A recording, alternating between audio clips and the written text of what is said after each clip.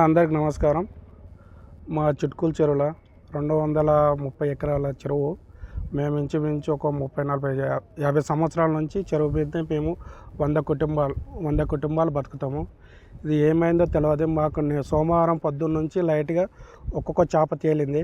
నిన్న మధ్యాహ్నం వరకు వచ్చేలోపు మొత్తం చేప మొత్తం బయటకు వచ్చేసి ఇంచుమించు ఉన్న చేప మొత్తం వచ్చేది ఒక 10 టన్నులంతా రావచ్చు అని మాకు ఆలోచన. అది ఎందువల్ల వచ్చింది, అది కెమికల్ వచ్చిందా ఏమొచ్చిందా, ఇస్నాపూర్ నుంచి పర్వాటి వస్తుంది మాకరేకట్ట నుంచి, అక్కడ నుంచి ఏదైనా ప్రాబ్లమా లేదంటే మహేశ్వర్ కాలేజీ వాటర్ వస్తుంది దానివల్ల ప్రాబ్లమా లేదా మా చెరువులో ఏదైనా ప్రాబ్లం ఉందనేది మాకు ఇప్పటివరకు తెలియదు.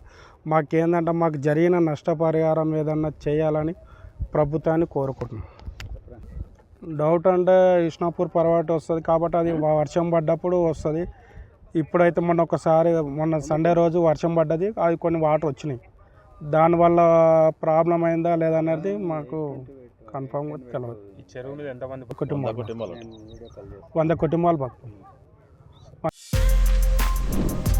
For more videos like this, subscribe Big TV channel.